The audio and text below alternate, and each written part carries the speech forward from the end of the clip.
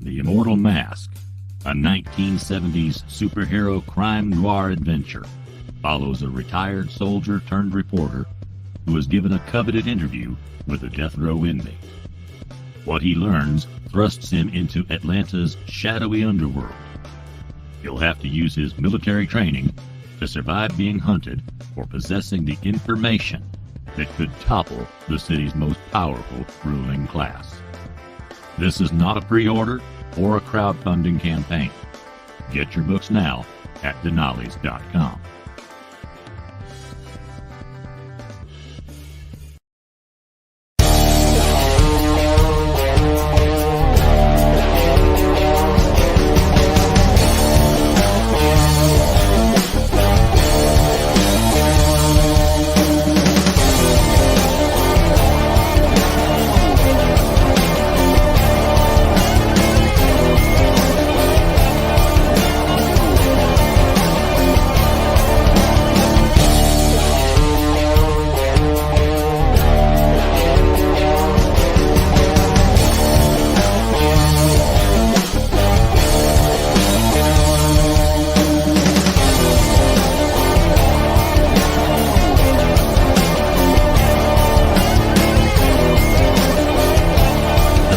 Entertainment Group presents the Madness Comic Network with original programming and additional comic-related content. 25 seconds to curtain, folks!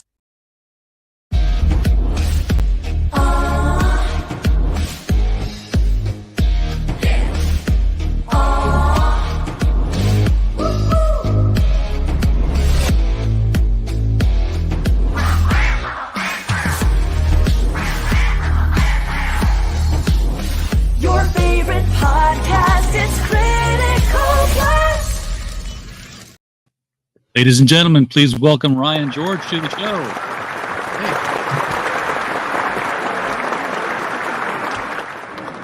Ryan, welcome. This is our first time talking together. Yeah. So you are a new name to me and possibly a new name to some of our listeners because, you know, it's a big circle of indie comics out there. It's not, it's the small press is the biggest publishing sector I've ever seen. Yeah, seriously. Well, thanks for having me. Glad to do it. So tell us a little bit about why are you making comics, man? I mean, yeah, it's funny. It's one of those. I feel like I've dealt with many of these things in my life where you. Down the road, you think if I'd known what it would take to get here, I don't know that I would have done it just because of the stress. But then there's the reward at the end. So right, so it's like you know, it can be stressful, and I'm glad I didn't know. But yeah, I mean, I think to answer that question, I think I've always been a creative person, but I've never had an outlet for it. Or I've always kind of had to try to create or find my own outlet, and that, you know, led me, like I mentioned, like I got big into 3D printing, and that was a similar thing where if I'd known how much was involved in 3D printing before I got my first printer, I might not have done it, but I'm in it, and you know, a lot of money and a lot of projects later, I'm glad I did. And so I think when it came to the comics, you know, for me, I've always been a writer. I've written a lot of fitness. I did my careers in fitness, so I had a couple books, wrote a bunch of articles for different websites. I actually wrote for 3D printing, but I've always kind of also on the side written short stories.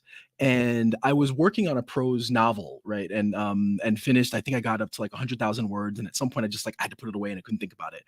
And then I had an idea for a comic idea. It was basically like the thing for me was like, I was talking to somebody, and we were like, what would you do if you had to write a Batman story? What would that story be? And I came up with this idea, and I loved it so much that I thought, you know what, I'm going to make my own character out of this. And I had gotten to a point where it was like, okay, great. Now, how do I write a comic? I have no idea. You know, I can write prose, but I didn't have the first idea of comics. So I kind of I bought books. I did a lot of research online, and I put that idea to the side and just started writing scripts. And I would just write anything. I wrote a sci-fi thing. Wrote a kids thing. I wrote, all kinds of different things. And I just so happened to have somebody mention a Western. And so I thought, oh, that'd be fun to work on. And then started writing this Western that, over time, and we can talk about it more as we get more into specifically the comic, but Yeah. it was like, oh, this is interesting. I think I want to do this. And again, I didn't realize how much was involved because I'm not an artist. So it's like finding the artist, finding the colorist, finding it's a whole process. But for me, it kind of was just a kind of making these incremental steps, not realizing how much work it was going to take, to get to the next step that got me here. Yeah. And a comic script it's different than, well, it's very similar to a play script, and it's very similar to, a movie script, but at the same time, it's more of a letter to the artist. Yes. Saying, hey, draw this, now draw this. And when you're done drawing that, can you draw this and make it kind of go this way? Yeah. And that's great. And there's a story hidden in there. Yeah, because I think that's the thing is, whenever I try to explain it to somebody, like what is writing a comic script, obviously the dialogue is its own thing, right? So you are writing the dialogue, and that has to be communicated, and it has to be clear. But it really is a conversation between you and an artist. And that was another thing I had to learn. And also that every artist communicates differently. Some people require you to give them every little detail, which I'm not great at. Like, I love having an artist who can kind of take the idea and make it their own. Because I try at times to come up with, okay, here's the angle I wanted, here's the distance, here's the frame. But I'd love somebody to be able to kind of take the general idea and say, I got it, and that person with that eye is always going to come up with something better. But you're absolutely right. I think that's the biggest thing is like, yes, a comic script is a conversation. It's not really a script in the sense that you would think of a traditional script. So when you were studying how to write a comic, I'm sure you probably looked at several different scripts. Which writers, I guess, did you look at and say, okay, yeah, I get this, and this is the format I'm going to go after? That's a good question. I would say I read a lot of scripts. I'd say the one that was like, I can't do this was Alan Moore. Is probably the one where it's like, I read Alan Moore's, yeah. So that's page one of Watchmen is 11 pages long, people. So that was illuminating for me, right? Because it was like so that was like the standard, right? It's like that. Okay, if I was the best at what I do, like that's how I would write.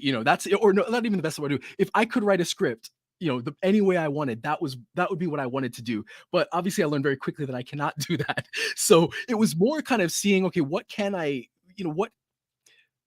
how can I add my own flair to it and add my own ideas without, trying too hard. But I think he's the person that always comes to mind for me of the kind of standard to strive for, even if I would never ever get anywhere near that. Yeah, it's it would be insane. I mean, it's like page one, panel one, a pastoral forest scene. There's a butterfly on a flower. The flower is a purple buttercup. Yeah, it grew out of the ground 6 months ago. And it's like, we don't care about this. But it does teach you, I think, it also is like, what are the things that are important? Like, what are those things that I need? Because that did happen too, or some of my earlier scripts. Because one of the things I did was I just wrote a bunch of scripts, and then even on a couple situations, I just like found artists that were reasonably priced to just say, hey, draw this for me. Like, this isn't going to go anywhere, no one's going to see it, but I just want to get how to do this. And I think that was one of the things is like, I had an idea in my head of what I wanted, and I wasn't getting what I wanted. And so there were sometimes I was getting something much better, and then other times I just wasn't getting what I wanted out of that. So part of it was also learning, when to communicate. Like, when do I need to tell him, I need a low angle shot, this is in the frame, this is not in the frame, this is whatever it is, here, the color, whatever I need specifically. And when can I just say, hey, you figure it out. Like, I'm going to make it as simple as possible, and you figure it out, and kind of finding that right balance. Yeah, I think it depends on how you want your reveals to be done. I mean, if you want to turn the page and have a close up on, oh my God, surprise villain, then you definitely don't want to see surprise villain on the previous pages lurking around in the background. Yeah, because the artist knows, oh yeah, he's sneaking up here and coming. You want to say, keep him in the shadows. We don't see this guy. Yeah. So then you give direction. Exactly. Yeah. So let's go back even further. Yeah. what comics did you read, and when did you start reading that formed your opinion of the industry? Yeah, so interesting for me. So my entry into comics was young, but I never had a thing. So it was funny. My dad would take us to karate school when I was really young, maybe 7 years old. And there was this store that they always sold like really cheap comics. I want to say dollar comics, but I don't even know if it was that. But they just had whatever was there. So we would every week we just get whatever. It could be X-Men one week, it could be Spider-Man the next week, it could be super whatever it was. We just get whatever comic we could get. So we had this weird collection of just random comics. Nothing really serialized. We could have an issue 12 of something and never read another issue of it. It was just kind of random. And that was kind of my entry into just reading comics. And then the first comic that I really fell in love with was The Crow. That was the thing that really made me love comics as an art form, and also in hearing more about kind of James O'Barr's story made me realize how much you do infuse yourself into your work, and how whatever it is you're writing, there is a part of you that's like deep in it, and I think that's part of why it like resonates with me, because it's just such a personal story. And also I like love revenge tales, and so obviously it's the ultimate like revenge tale. So that was the thing I fell in love with. And then over the years, I'm a person who, like, as I became an adult, I just collected, I just collected I just collect graphic novels. So whether it's like Old Man Logan, I love the Sandman series, I love The Boys. I'm a big Batman fan, so I have tons of different, the trade paperback. So I don't buy like single issues, but I will go like a kid in the candy store if I go to Barnes and Noble and just or any comic store, and I'm just gonna shop through the graphic novels and I'll pick out a couple. It's hard, and then I've got this library of like lots of comics and graphic novels, a lot that I have not read yet. And I almost have to make this a point to like, I gotta get on this, but then it's hard when you're actually trying to write stuff. But I'd say the things that really influenced me and was like, this is what I aspire to, would be The Crow, and I think Sandman is just such an amazing story. Okay, so what parts of yourself then did you put into this Western? I mean, I'm guessing you didn't grow up riding horses and milking cows. So that's a great question. Yeah. So like so to kind of rewind a little bit.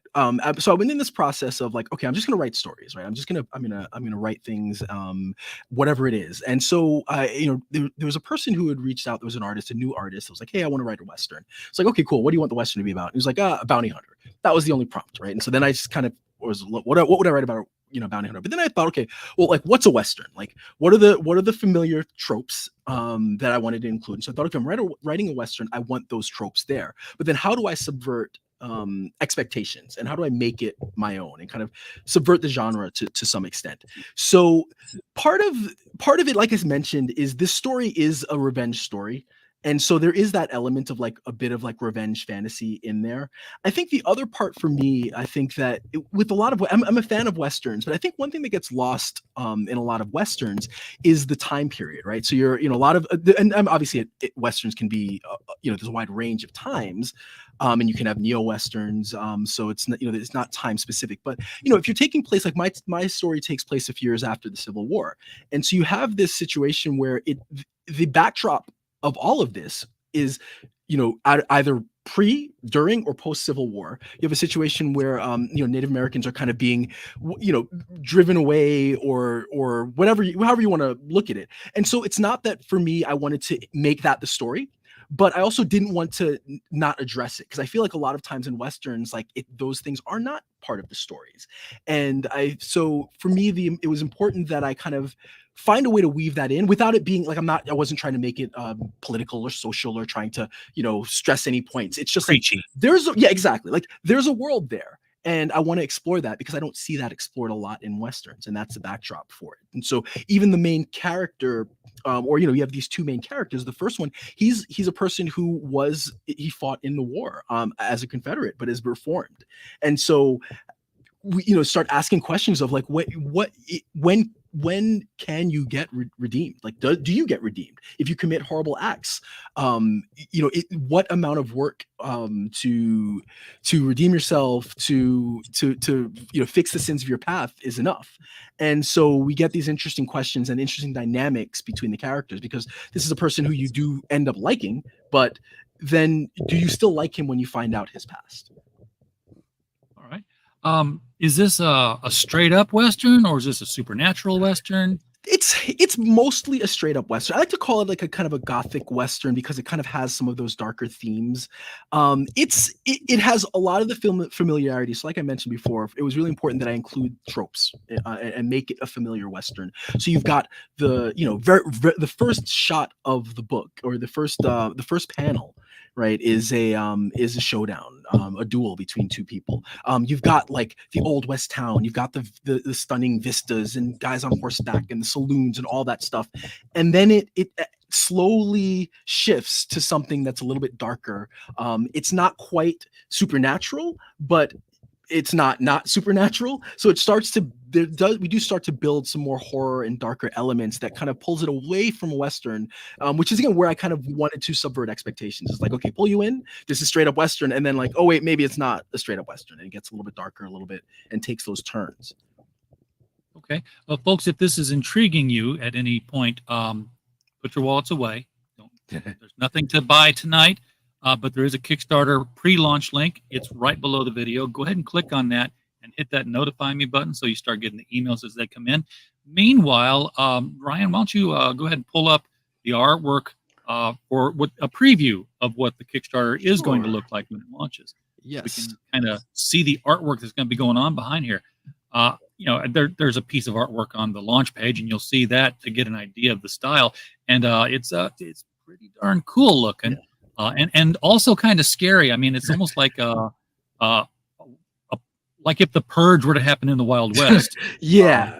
Well, that's the cool thing about it is, like, I got really lucky with both my artist and my colorist. I mean, just lucked out in finding them, and they got it and what I wanted. And more importantly, they don't know each other. One person, it's a crazy team, right? We're writing a Western. You got me in New York, not exactly like the old West. My artist is in the UK, and then the colorist is in Italy. So it's this crazy team. Well, the guy in Italy's got a closer shot to it because they shot a bunch of Westerns over there. Yeah, exactly.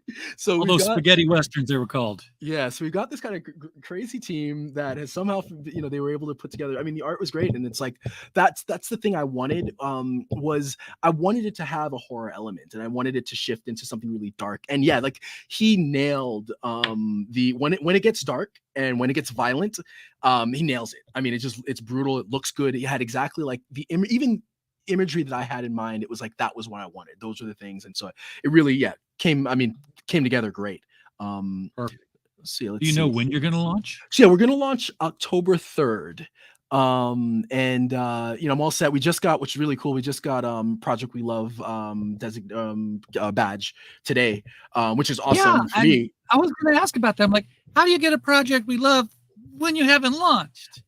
I did not know. I didn't know that happens, but I guess somehow we were able to get Project We Love. We're part of the the Witch Starter campaign. So they do for Halloween every year they do a campaign that is kind of centered around that. So it could be the fact that you've got 230 signups before maybe things even launched. So yeah, maybe that was it. I mean, I'd like that.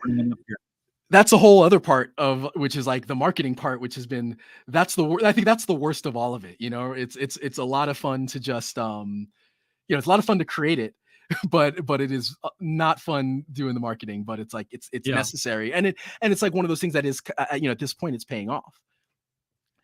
But, yeah. So, I mean, if you see the, like, this is our cover.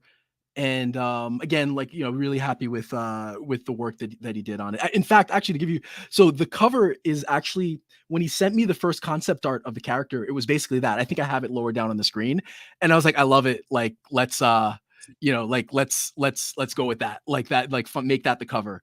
I just love the shot, love the angle, and then the colorist who got for the cover did an awesome job with that as well. So. Yep. Is the main character actually called the Ceaseless Reaper, yes. or is that the main antagonist? Yes. So, and that's the fun of it, which I won't give away, is we don't know if he's the main character or the main antagonist. Obviously, his name is on it, so you could probably guess. But I think that is what makes it interesting is who you're going to be aligned with as the story goes along. And his the character, I think, as you read it, it should be pretty easy to figure out who he is. But it's also kind of a fun surprise if you don't, and if you can't. Like my wife, when she read it, was not sure and And then like in the middle, she's like, wait, is this who he is? And she got it, and she was super, super excited about it. But it's one of those things, it's meant to be a bit of a surprise, but it's not like, it doesn't make or break the story. Yeah, and you talk about, you know, who you align with as you read the story. Yeah. Getting back to Alan Moore's Watchmen, I always find it amusing that he intended Rorschach to be this despicable character that everyone would just hate. And then he won like best character in comics 3 years in a row. With the Comic Buyer's Guide poll.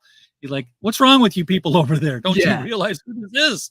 Exactly. Yeah. No. So yeah, that's the thing. And so for me, it's like there are several characters that are all interesting, and like if you align with one, great. If you don't, cool.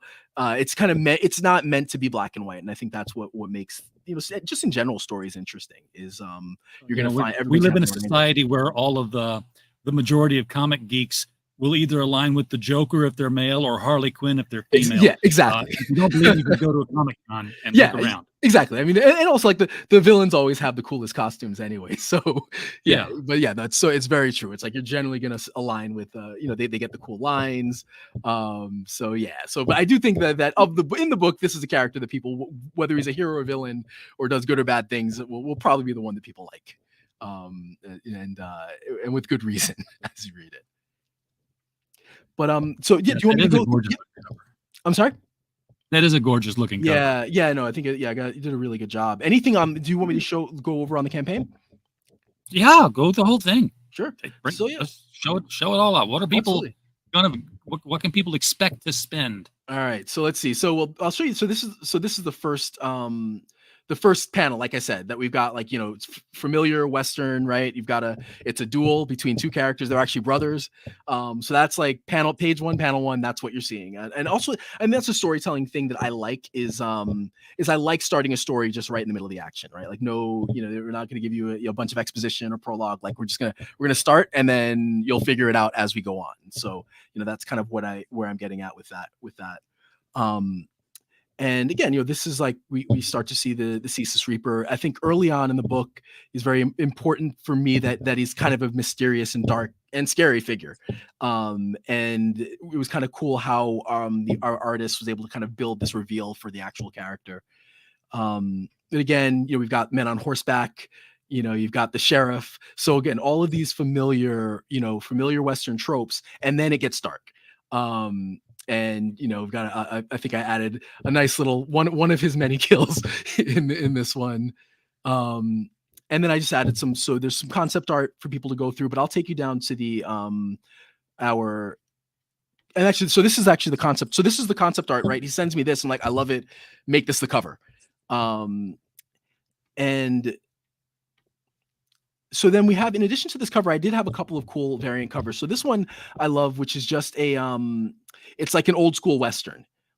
Yeah. So, you know, it was really cool, hand drawn, kind of old school Western cover. And then there's this one is kind of inspired by the Unforgiven poster, or an Unforgiven poster. So again, and this was done by our artist, Bobby Bryce, drew and colored this one by himself, and I love it. So I love the two variant covers. We're not going to go crazy with them, so I think we have these two for this campaign. So you got a main cover and two variants. Yeah. That's not going nuts. Now, okay. I saw this scroll by here, and since you're on it, now I'm going to bring it. Your comic book is accessible for the visually impaired. Yes, and that might be why I got the Project We Love designation. So yeah, what does that mean? Okay, so right, so it's important to me to have something accessible, just through my work, and I think accessibility and inclusivity is important to me. So how do you make a comic accessible, right? If you're visually impaired, how do you make that work? And so there's three kind of components to making this accessible.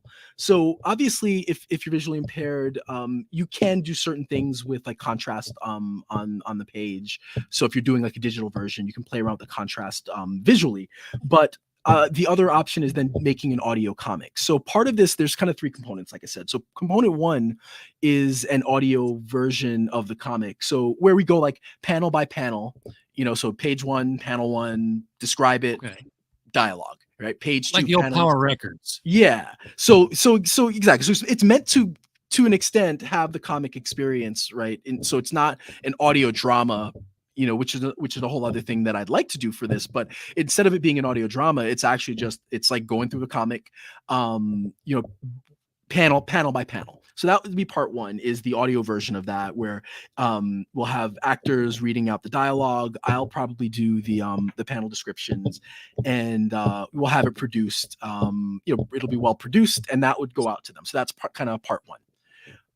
Part two would be that whole thing, but all in a text reader format. So basically, let's say if you're somebody who would rather not listen to it in whatever format I send it, you'll have the text and you can put it into whatever text readable format you'd like. And then as a physical reward, we basically made a 3D version of the cover. That's a tactile version of the cover. So it's a way to have a physical thing that is the cover in 3D. And again, I love the cover. It's cool. And, it kind of is cool because he has the accessories and he's got the mask. So that will be the physical thing that somebody that's visually impaired or that gets it at this level will actually get. So it's kind of, they'll know what the character looks like by being able to feel this debossed special cover. Exactly. And then the second part is, and this is where having 3D printing, having the access to 3D printing and the knowledge helps, because this is something that, if you have no idea what you're doing with 3D printing, this is going to cost you a lot of money and a lot of time to prototype it and get the design and all that stuff.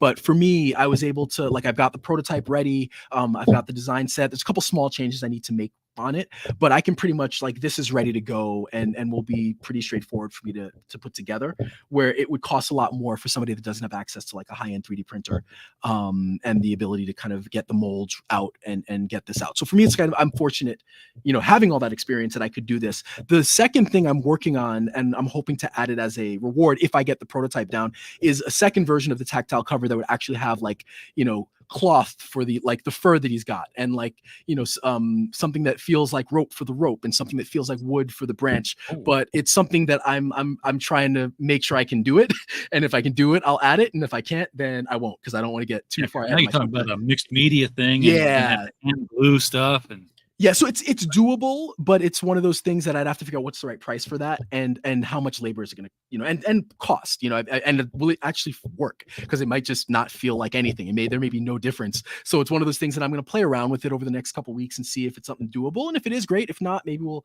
save it for the next campaign. But I think this is this accessible reward level is something I'm really proud of. I think it's the thing I still have to do is then it's then I've got a lot of work on my end to still do, which as far as rewriting all the panel descriptions, so to make them work, right? Because obviously, like we were talking before, when you're writing a comic script, it's a conversation between me and an artist, but now it's a conversation between me. It's I'm giving this to somebody who's visually impaired, so it really is important that my descriptions are spot on, and that I am including television with the English descriptions, not just the subtitles, but they do they have that thing for the blind where they're the man walks across the room, he knocks on the door. Exactly. Yeah.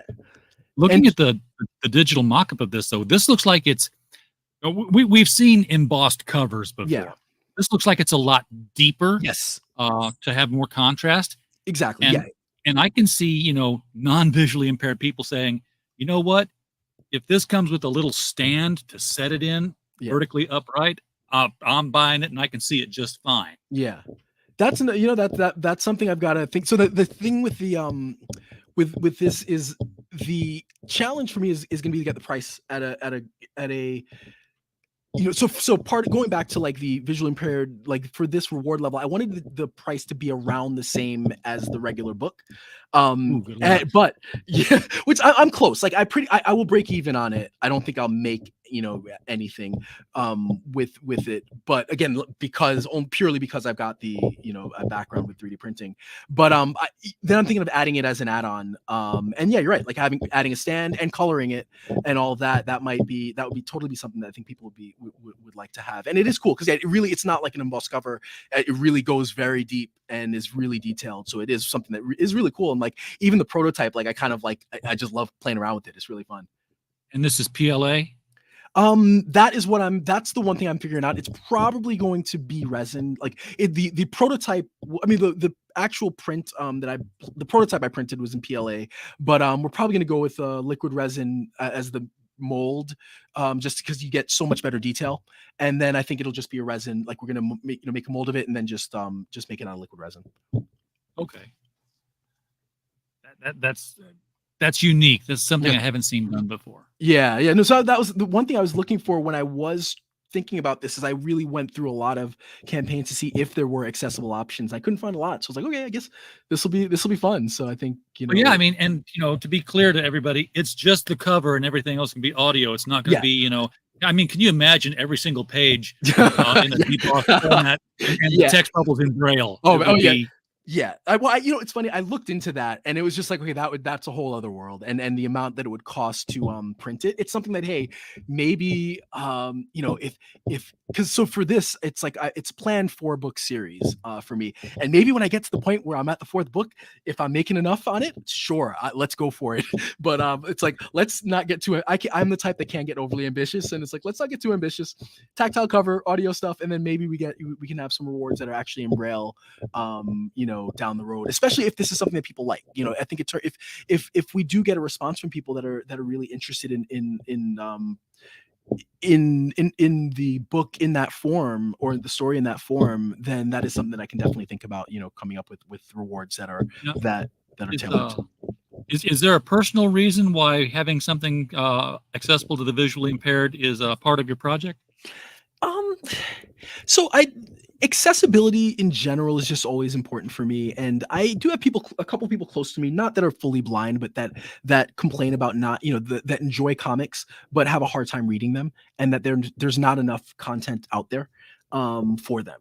So they consume like audio dramas, but like one person in particular was kind of like, I'd love to just go through a comic in that way. Like I want the comic experience, audio. I don't want an audio drama. And so that was kind of the impetus for me. And just like I said, in general, I think accessibility is important. And if there are people out there that want access to comics, but are that can't get it, or that are not, that, that's an area that's not being serviced, it's like, well, why not? I can do it. And again, in this case, like I'm fortunate enough to have like the ability to kind of do the printing, and also the other thing is like producing it, because I also am able to produce a high quality audio book, or and so I think that's also an important thing, that I'm fortunate enough to have access to the equipment and the people to do it for me, and it's not going to kill my pocketbook. So that's also a really important thing for me, is that it's important, and also it's fortunate for me that I can do these things and offer it without it killing me, because if I'm doing it from scratch, again, even producing, like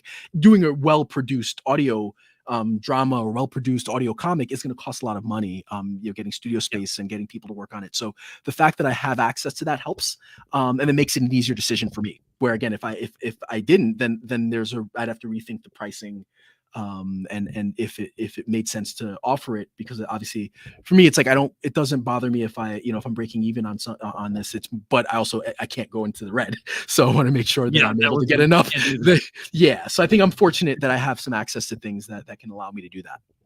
It's good to have, the right kind of friends that can direct your creative process in a way that it might not have gone had you not known the people. Exactly. We got folks in the chat popping up here. Mike Walters has popped in to like and say hi. I want to remind everybody at the top of the hour, he will be going live with the mic stand over on his channel. So definitely, Mike, drop us a link in here so people can follow that. Give him a like and a subscribe. Edwin Bloodbone, Second Chance Campaign. Thank you, Edwin, for popping in here. You can drop, if you don't have a wrench yet, I will make sure that you get one so you can drop your link in here as well. Let's just take care of that, right? Yeah, okay. There we go. I will add you as a standard moderator so you can drop your link. And Sin Figuring. I've been figuring on some Sin lately. Haven't figured out which one I want to do. But good to have you here. Appreciate you popping in. So, yeah, audio comic. I'm still thinking about that, the whole English description thing of it. Because not just for the visually impaired, but when I was listening to audio comics, it was you can read, it's like, when Tinkerbell waves her magic wand, turn the page. And, you would read along with an audio drama. Now, of course, I'm listening to the old time audio dramas all the time now on the Sirius XM classic radio channel. And I've got a bunch of comics that I've stopped reading because I'm blaming it on the letterers. They've made the letters way too small now. Okay. Yeah. It's definitely not my eyes getting old. It's the letterers writing things too small. So I can relate to this. I would Yeah. love to listen to some comics. Yeah, and I think the other thing is making sure it's, like I said, it's well produced, that we have, good voice actors on it, that there's music, so there's a lot Context, all that that's stuff. going to be, it's like we want to do this right, and not just kind of, Yes. so it's not just going to be me sitting on a microphone reading everything, in a monotone. It's like it'll actually be something that's well produced and made, made well, and with, with care, rather than, You otherwise mentioned why do it? Yeah. Now you mentioned a little earlier that you wanted this to be an ongoing kind of series, or at Yeah. least a longer running. Do you know how long it's going to be, or Yeah. is it going to be this is going to go until I don't have stories? Yeah, so I don't want to do that. So at the end of the day, so for me, I still have the superhero story I want to tell, and I still have like a prose novel, and I have several other ideas that I'm working with. So for me, this is it's like a 4-issue miniseries, right? And then after the 4 issues, it's a graphic. We can kind of make it a trade paperback, and that's it for the story. Now, the good thing about this character in this world is there are other stories that I could tell, and so maybe maybe that changes. But I have it in mind what the story I want to tell with this character, like with the Ceaseless Reaper. What do I want to tell with this person? And it's, for me, it's 4 stories. They're all self-contained, so it's not like, if you read this, you don't have to read the others. At the same time, if like you don't get in on this one and you get in on issue 2, that's its own story. Like, it'll have the same character. It might have some things tied to him, but for me, it's not, each one is self-contained, but it's all part of a larger story. So for me, it's like I've got 4 stories I want to tell with this character. Each one kind of follows a different kind of Western trope, right? So this one is like a revenge story. The second one is a siege. The third one is like a lone wolf and the cub type of a story. And the fourth one is like Moses leading his people to the promised land. And like, that's the story I want to tell with this character. And then I'm done, right? It's like I'm taking each thing, I'm taking my own take on something that's out there and been done a million times, but I think I have a unique take on these stories. And so, of course, each one will build on the character, so you get to know the character better. Yes, and that's the larger arc of it. Absolutely, that's a great point, because I think that's the other thing is that there's good character. I'd like to say there's good character work in this, but you don't get to know as much of the characters I think you want to. And so by the end, I do think by the end of this, you want to know more about him. And so that's where you will get more in the other stories. So while these stories don't rely, we used to have that in comics. Yeah, you talk about getting random issues earlier when you were young. It didn't matter when I was a kid, because like, okay, I got Superman 217. I don't have to read the other 216 because it starts off. He's at work. Bad guy does something. He goes after bad guy. They fight. Story's over. Exactly. But with Spider-Man, it was always like, Doc Ock robs the bank. Electro's got a plan to steal all the electricity in the city. Everyone was self-contained, but under that, Peter Parker's meeting Mary Jane while Aunt May's getting sick. They start dating. She gets better. He's got to get money, and that stretches out over issues and issues and issues. But you didn't have to know all of that to get into any single issue. Yeah, and I think for me that's important. Like, obviously, like, look, I'm a new creator. I have no idea how people are going to respond. I think it's a good story. People that have read it think it's a good story, but I don't know. So I don't want to make anyone. For me, it's important not to make someone commit to this and say, "Oh, I'm committing to this," but if I commit to this, I got 20 other issues I got to read. It's like, no, this is its own story. It's its own thing. If you never read another story of mine, you will have a complete beginning, middle, and end. And that's how, for at least this series, like, that's what I want, is each one is its own thing. You've got 4. So if you're going to stick with me till the end, you're going to get 4 of these issues or 4 of these stories. It will be its own book and open and close. And if I want to tell other stories in this world, I will.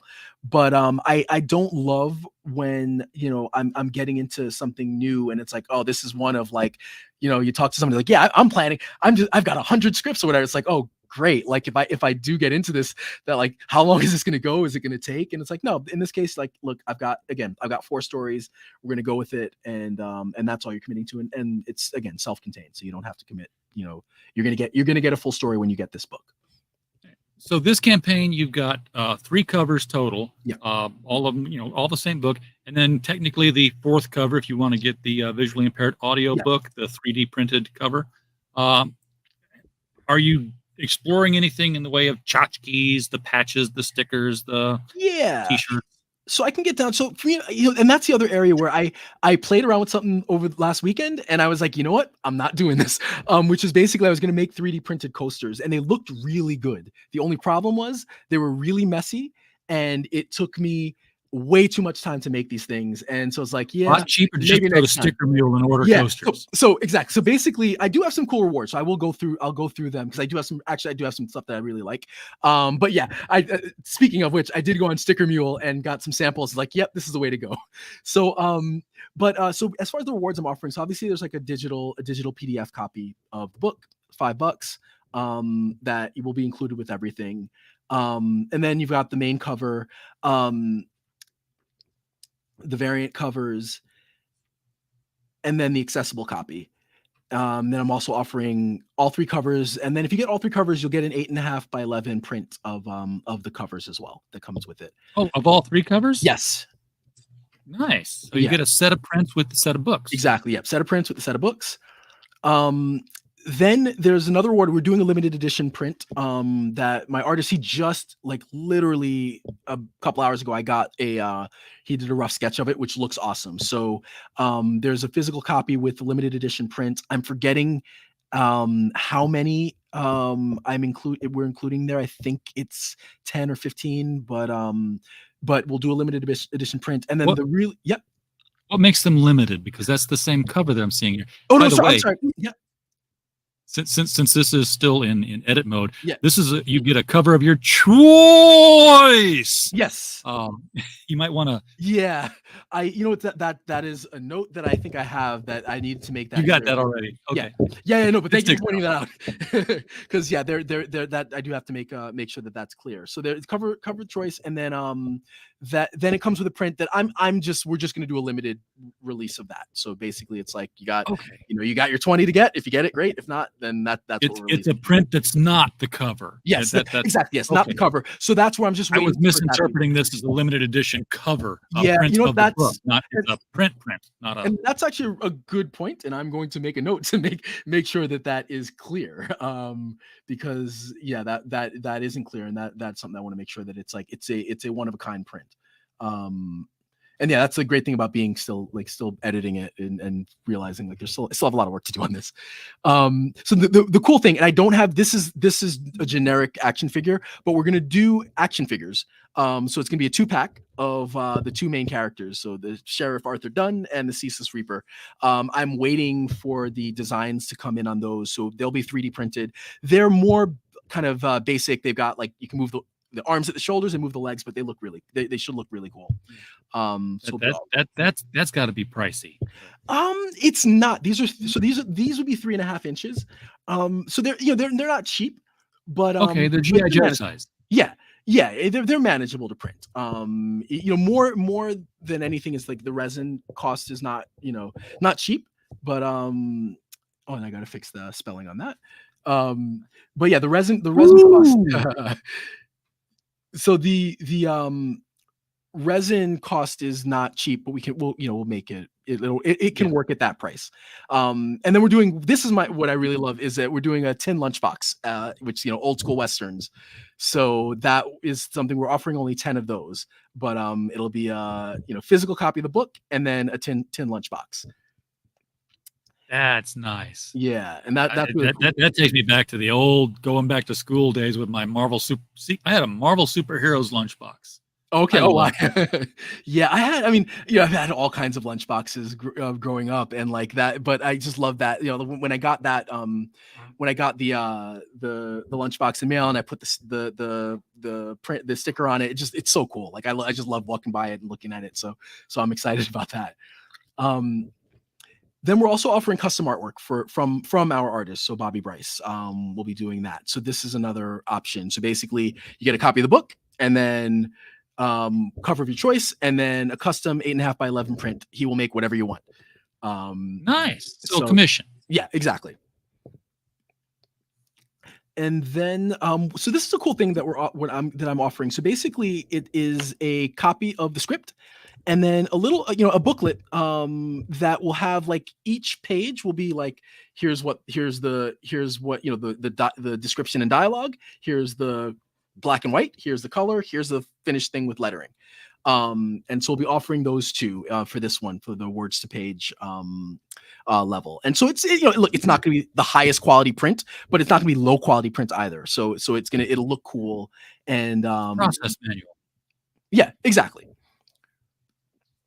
And then this one, so this is not cheap to make, but not that bad. But this is a limited edition statue that we're offering. So we're doing 10 of these, and this is a statue of the Ceaseless Reaper.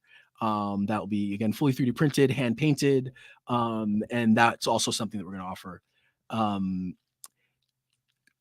And then there's the complete package, which basically gets you a chance to get anything that's not in the accessible tier, and then in the comic tier, which is the most expensive tier that we're offering. Okay, so you get drawn, but that's the drawn in tier. Yes, exactly. Yeah. And then we're doing a retailer edition, so just nice 10 copies of the book, $120. So nice discount on that. And then I like seeing those. I don't know how well they do, but I do like the fact that they exist. Yeah, it's just something to offer. So it's like great if someone picks it up, awesome. If not a big deal. And then the Be in the Comic one. So this one we're doing 2. It's $1,000. Basically, you get everything from the complete package. But the really cool thing in this is, okay, so you get a character in the book with you get a character in book 2 with lines, and a 3D printed action figure of your character and a character card. Oh, so that is like, there's 2 of these. Get it while you can. Like just to get the action figure would be cool. So with the card, with its own little packaging. So like, that's a really cool reward. I had a 3D print of me somewhere at one point, and it's in my old house somewhere. My ex packed it away somewhere, and I'd never seen it again. Okay. And I thought it was the coolest thing because I had a guy. I took it to the comic shop where it was a game store. I'm like, "You paint miniatures?" He's like, "Yeah." How much? $10. Paint this. Okay. And then, oh, amazing. So no. So that part, that's cool. And that's a fun one. My wife keeps saying, she's like, "I'm going to buy that." And like, no, like, don't get that. That's not how it's supposed to work. Yeah, exactly. She's like, "But I want to be in the book." And it's like, well, no, not right now. We'll figure it out. But yeah, so that's a fun reward. So I think, I have a nice amount, a decent amount of rewards for reverse campaign. Yeah. And they're unique. Yeah. I mean, some of them are things we've seen before, but having your own character also be 3D printed as the character, that I've never seen. Yeah. An embossed printed cover, deep, that deep, it's up. There's a word for that. It's like a diorama or something. Oh yeah. How am I? Is it the relief? Is it a relief? I'm sure. Probably bass relief. Yes. Bass relief. Okay. And it's probably not pronounced bass. It's probably bass relief. Yeah. Relief. Yeah. Something French that I will never get right. Yeah. But yeah, exactly that. It's like the old church icons. Yeah. That word I do know. So yeah, you got some stuff on here that I've not seen people do before. Yeah. And that should be having some attention drawn to it. Yeah. Yeah, no, so that's fun. And again, maybe that's part of why I got the getting that Project We Love badge, is that there's some unique, and interesting stuff, added to it. So that's for me. It's like, how long do we got to wait again? So October 3rd, we're going to launch. Okay, folks, October 3rd, hit the link below anyway, so that October 3rd, you get the notice and you'll know what it's for. Yeah. Sign up, be notified. So going back to the old bugaboo of, crowdfunded books, especially if it's going to be a series, is like, how long am I going to have to wait to get this book? Yeah. How long am I going to have to wait to get the next book? Yeah. So the beauty of this is that everything is finished. So, I mean, that's the other thing. It's like, I'm done. Art's finished. Lettering is done. The only thing I have to do is we just have a couple minor adjustments to make on the bleeds, just to make sure that it's ready for printing. But this is stuff that we can take care of in a couple days. So like, it's really like, the book is finished. The art's all done. The even the 3D printed assets are mostly finished. I'm just waiting for the final versions of the action figures, and I'm waiting for for my artist to come to get me the prints, some of the custom prints. But really, like, this thing is, and obviously then recording the audio accessible version is another thing that we're working, that I'll have to actually do. But otherwise, like, we're good to go. So the goal is to have this shipped and in everyone's hands by February. It's like give me a decent amount of time to make sure, because I feel like, as soon as the campaign's done, assuming we hit our goal and ready to go, like, I'm trying to send this to printing, right away. And so, hoping that February is the date, and then as soon as we're done with this campaign, we begin working on book 2. So I am finished with the first draft of the script on book 2, and so for me, it's I'm going to send it to an editor, kind of get his notes back and get that second draft in. But I'm really excited about it. I think the second story blows this story away. I'm really in love with that story, so I'm like really want to get going on that and get the art going, because again, like, this is my first comic that I've seen this far through, and again, I'm proud of it and happy with it, but I'm like, I think I've gotten even better and as a writer, and figuring out like what I want out of these things. So I'm really excited about getting book 2 out there. So I'm not going to be too ambitious, but I'm hoping that we can launch in the summer of next year for book 2. That would be great for me, but yeah, we're like, this book, you're gonna get this soon. It's not, like I said, art's done, coloring's done, lettering's done. We're pretty much good to go. Fantastic. You mentioned earlier in the show that you had been writing other forms. Have you been published in those other forms, novels, short stories? Not fiction. So I've been published I've written 2 fiction books. Fitness books. So that's, but everything else, that's just been for me. So for me, it's like I kind of always had this one story that I wanted to write. And a few years ago, I just started writing it, and I got to the point where, it's like I finished it like a draft. It's like 100,000 words. I just kind of put it to the side and then fell into comics. And so there's still the goal eventually to get that book, get working on that and really figure out what I'm going to do with it, whether I'm going to, try to seek traditional publishing on that, or, I mean, if I have a few successful crowdfunding campaigns, then there's a built-in audience there. Maybe I just go that route with that.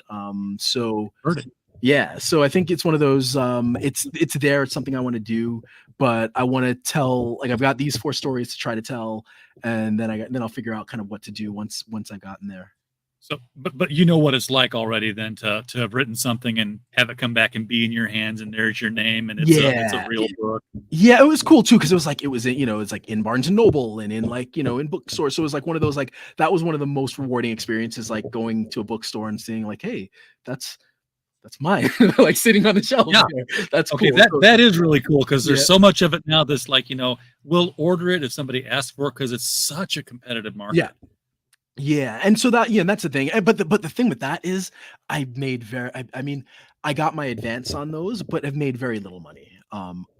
After the fact, because the contract is so skewed towards the publisher. So I think that's one of the cool things about, this is, I mean, at the end of the day, like, I'm not, unless this campaign goes insane, I'm not making any money on this. As far, I'm not making my money back now, but that's not the goal right now. Right now is like, get this out, kind of almost proof of concept. I could do this and, build some momentum over time. And by, a couple campaigns on the road, maybe we're looking at making a little. Let's get this in front of a bunch of people so that we can get this to go insane for you. Yeah, exactly. That's the goal. Right? Folks can help with that. Good. All right.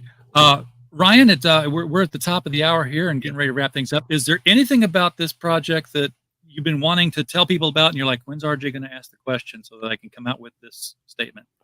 And no, never get it. No, I think you touched on everything. Like, I think we really got, we talked a lot. I think I really did want to talk about the variety of rewards that we're offering. I did want to talk, just in general about the comic, about the idea, about how it came about, my take on it. So no, I think we covered everything. Like, definitely, if you have it, if you like Westerns or if you like horror, check this out. I think it's a fun story, and it's not your typical Western. And that's the important thing for me, is like, I think this is a story that it starts traditional and then it takes a turn. And I think it's really cool.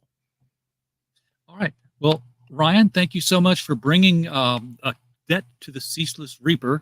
That's a long title. It was a long title.